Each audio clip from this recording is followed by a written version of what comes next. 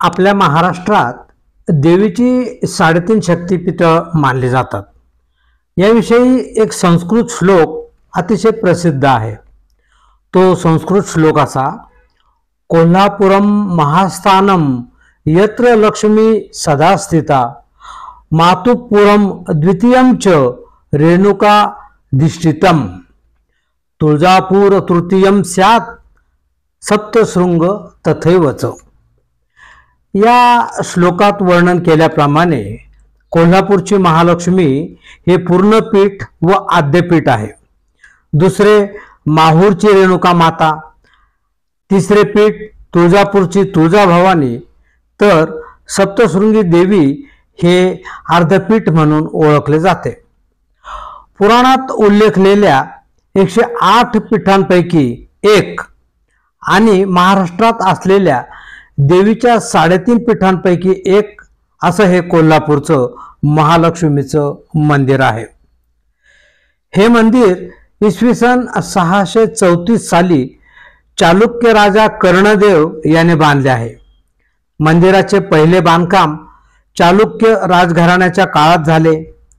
पुराणे, अनेक जैन ग्रंथ, ताम्रपत्र व सापडलेली अनेक कागदपत्रे यावरून अंबाबाई मंदिराचे पुराणत्व सिद्ध होते आणि कोल्हापूरची अंबाबाई खऱ्या अर्थाने अखिल महाराष्ट्राची कुलस्वामिनी ठरते। आत्ताचे मंदिर हे तारकाकृती असून यामध्ये प्रामुख्याने मुख्य मंदिर, महाकाली, महासरस्वती, गणेश मंडप व शेवटी गरुड मंडप अशा क्रमाने बांधकाम झाले आहे असे जाणकारांचे मत आहे। कोल्हापूरमधील महालक्ष्मीचे हे मंदिर पश्चिमाभिमुख असून महाद्वार पश्चिमेकडे आहे। पारंपरिक मराठा शैलीचा लाकडी सुरूच्या खांबांचा व इस्पिदार कमानी असलेला सभामंडप प्रवेश केल्यावर दिसतो।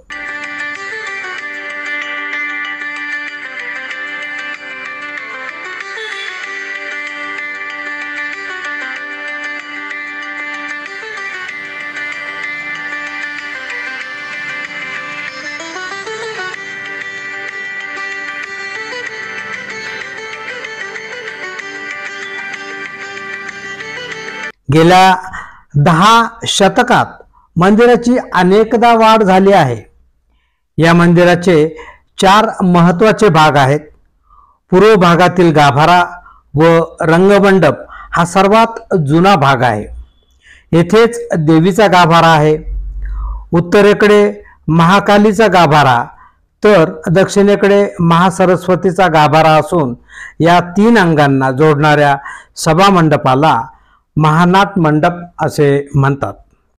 देवळाच्या भिंतींवर नर्तकी, वाद्य वाजविणाऱ्या स्त्रिया, मृदुंग, टाळकरी, वीणावादी, आरसादेवी, यक्ष, अप्सरा, योद्धे आणि किन्नर कोरलेले आहेत।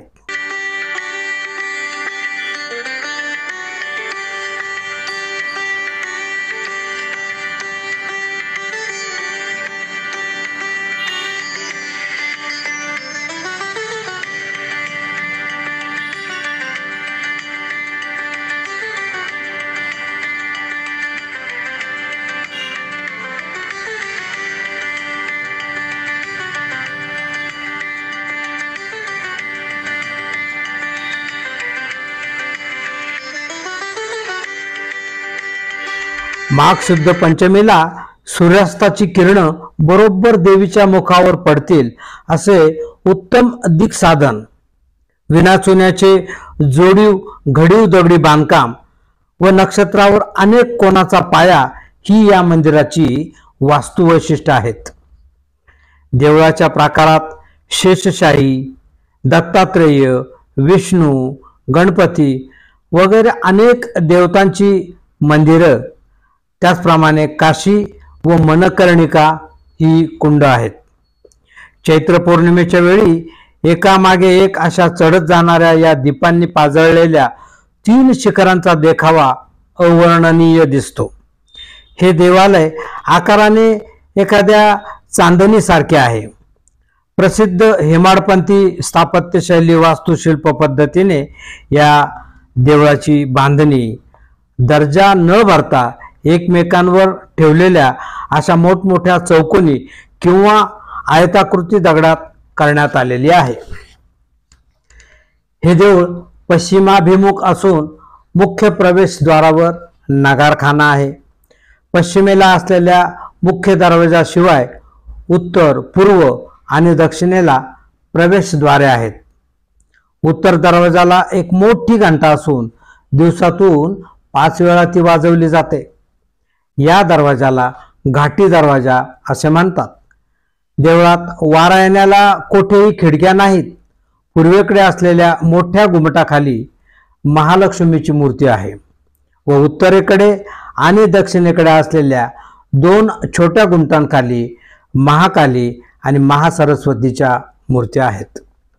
मुख्य मंदिराच्या गर्भगृहात उंच दगडी चबुतऱ्यावर 10 खांब असणाऱ्या लाकडी मेघडंबरीत साक्षात करवीर निवासिनी श्री महालक्ष्मी अर्थात जगदंबेची मूर्ती आहे. मार्कंडेय पुराणातील देवी महात्म्यातील प्राधानिक रहस्यात तिचे वर्णन खालीलप्रमाणे केलेले आहे. मातृलिंग गदा खेट पानपत्रम च विभ्रती नागलिंगम च योनी विभ्रती नृपमूर्घनी. महालक्ष्मीची मूर्ती सुमारे 3 फूट उंच आहे. ही मूर्ती चतुर्भुज असून तिच्या वरच्या हातात उभी गदा व डाव्या हातात खेटक म्हणजे ढाल आहे. खालच्या 2 हातांपैकी डाव्या हातात पानपात्र व उजव्या हातात मातुलिंग म्हणजे म्हाळुंग आहे. देवीच्या मस्तकावर 3.5 वेटोळ्यांचा नाग असून त्याचा फणा समोर आहे. या फण्याच्या मागे लिंग व योनी ही प्रकृती व तत्व व पुरुष तत्व यांची प्रतीके आहेत. मूर्तीच्या पाठीमागे सिंह उभा आहे. मूर्तीच्या जवळील सिंह व शिखरावरील मातृलिंगामुळे देवी अनेकांच्या मते जगदंबेचे रूप आहे. या देवीची मूर्ती काळ्या पाषाणातील आहे. देवीच्या डोक्यावर मुकुट आहे आणि त्यावर नागमुद्रा आहे. 11व्या शतकातील शिलालेखात लिंग शैष घोष हरणी असा देवीचा उल्लेख आहे. देवीच्या संस्कृत आरतीमध्येही तिच्या मस्तकावरील नागाचे वर्णन केले आहे. करवीर महात्म्य ग्रंथात असे म्हटले आहे की पन्नागांकित मस्तकाम म्हणजे नागांनी आपला फणा देवीच्या मस्तकावर पाहिला आहे असा उल्लेख आहे. हेमाडपंथी मंदिर प्रणालीचा प्रणेता हेमाद्री यांनी रचलेल्या हेमाद्री विरचित चतुर्वर्ग चिंतामणी या व्रतखंडात मस्तकावर नाग असे वर्णन असलेली मूर्ती करवीर निवासिनीचीच आहे असे नमूद केले आहे. नाग, लिंगयोनी, पानपात्र आणि म्हाळुंग अशी महत्वाची चिन्हे हीच या देवीची महत्वाची ओळख आहे. इसवी सन 1009 मध्ये कर्णदेव राजा कोकणातून आला त्यावेळी अरण्यातील झाडे झुडपे तोडून ही मूर्ती त्याने उजाडात आणली असे म्हटले जाते. 8व्या शतकात मंदिर भूकंपाने खचले. राजा गंडरदित्य याने मंदिराचा विस्तार केला. त्याने महाकाली मंदिर तर 1178 ते 1209 या काळात राजा जयसिंग व राजा सिंगनदेव यांच्या कारकिर्दीत दक्षिण दरवाजा व अतिबलेश्वर मंदिर बांधल्याचे उल्लेख आहेत. ज्याप्रमाणे श्रीयंत्राच्या 16 काटकोनातील मध्यभागी सर्वोच्च बिंदुस्थान असते त्याचप्रमाणे श्री महालक्ष्मी मंदिराच्या मुख्य गाभाऱ्याचा प्रदक्षिणेचा मार्ग हा या श्रीयंत्राप्रमाणे 16 काटकोनात विभागला आहे. या मार्गाच्या मध्यभागी म्हणजेच सर्वोच्च बिंदुस्थानावर देवीची मूर्ती उभी आहे. संपूर्ण भारतातील अशी रचना असणारे उत्कृष्ट शिल्प, वैभव व हेमाडपंथी असे एकमेव 2 मजली हे मंदिर आहे. महालक्ष्मी मूर्तीच्या बरोबर वरच्या मजल्यावर दगडी शिवलिंग आहे. यालाच मातुलिंग असे म्हणतात. महालक्ष्मीच्या मस्तकावर याचे स्थान असून मातृरूपातील हे शिवलिंग असल्याने त्याला अपवादात्मक पूर्ण प्रदक्षिणा घातली तरीही चालते. पद्मपुराण, स्कंदपुराण, मार्कंडेय पुराण, देवी भागवत इत्यादी प्राचीन ग्रंथात महालक्ष्मीचा उल्लेख आहे. काशी क्षेत्राचे शिवाचे वास्तव्य आहे, परंतु करवीरात शिव व महालक्ष्मी दोघांचेही वास्तव्य आहे असे सांगितले जाते.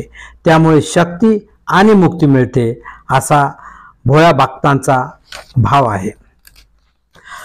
महालक्ष्मी हे जागृत देवस्थान व नवसाला पावणारी देवी असल्यामुळे नवस फेडण्यासाठी सर्व काळ जनतेचा ओघ असतो.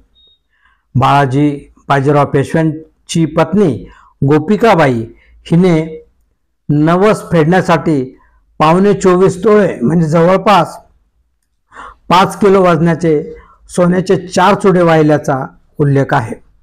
शुक्रवार, मंगळवार हे देवीचे दिवस मानले जातात. दर शुक्रवारी व अश्विन, कार्तिक, मार्गशीर्ष व माघ या 4ही पौर्णिमेस व चैत्र वद्य प्रतिपदेस देवीच्या पितळी मूर्तीची प्रदक्षिणा काढली जाते. पालखीबरोबर देवीचे भालदार, चोपदार व पालखीचे भोई असतात. पूर्वी संस्थान असताना पालखीकरता हत्ती, घोडे सर्व लवाजमा असे. पालखीच्या सर्व टप्प्यांवर नायकिनींचे गाणे व नाच होत असे. नवरात्रात 9 दिवस देवीची वाहन पूजा बांधतात. घरच्या पूजेस कलश, फुलांची माळ, काळ्या मातीत पेरलेले धान्य वगैरे वापरण्यात येते. अष्टमीला देवीची नगर प्रदक्षिणा होते. नवसाप्रित्यर्थ मंगळवारी व शुक्रवारी देवीचा जोगवा मागण्याची प्रथा आहे. अश्विन महिन्यात महालक्ष्मी व्रत करण्याची प्रथा आहे. देवीला हळद कुंकू वाहून तांब्या पितळेच्या किंवा मातीच्या घागरी विस्तवावर ऊद घालून उधवायच्या व देवीसमोर फेर धरून फुंकवायच्या असतात. कोल्हापूरच्या अंबाबाईचा देऊळवाडा आणि संबंधित उत्सव व पूजा अर्चा मराठमोळ्या मंदिरांचे अतिशय उत्तम उदाहरण आहे असे मानले जाते. ही देवी अनेक घराण्यांची कुलदेवता असल्याने येथे सदैव भाविकांची वर्दळ असते. मंदिराच्या परिसरात कोल्हापुरी दागिन्यांची अनेक दुकानं आहेत, जी घेण्यासाठी महिला मोठ्या प्रमाणात गर्दी करतात. त्याचप्रमाणे देवीच्या पूजेसाठी लागणारे फुलांचे, हारांचे, साडी यांचे अनेक दुकानं या ठिकाणी आहेत. हे मंदिर शहराच्या अगदी मध्यवस्थित असल्याने या ठिकाणी कायमच वाहनांची आणि माणसांची मोठी वर्दळ असते. त्यामुळे पार्किंगचा मोठाच प्रश्न या ठिकाणी भेडसावतो. पण तरीही कोल्हापूरचं हे अंबाबाईचं मंदिर ज्यावेळी आपण बघतो त्यावेळेस ते मनात घर करून राहतं आणि ज्यावेळी अंबामातेची, अंबाबाईची आपल्याला आठवण येते तेव्हा आपलं मन प्रसन्नतेने भरून जातं आणि मुखात शब्द येतात, अंबाबाईचा उदो उदो, अंबाबाईचा उदो उदो.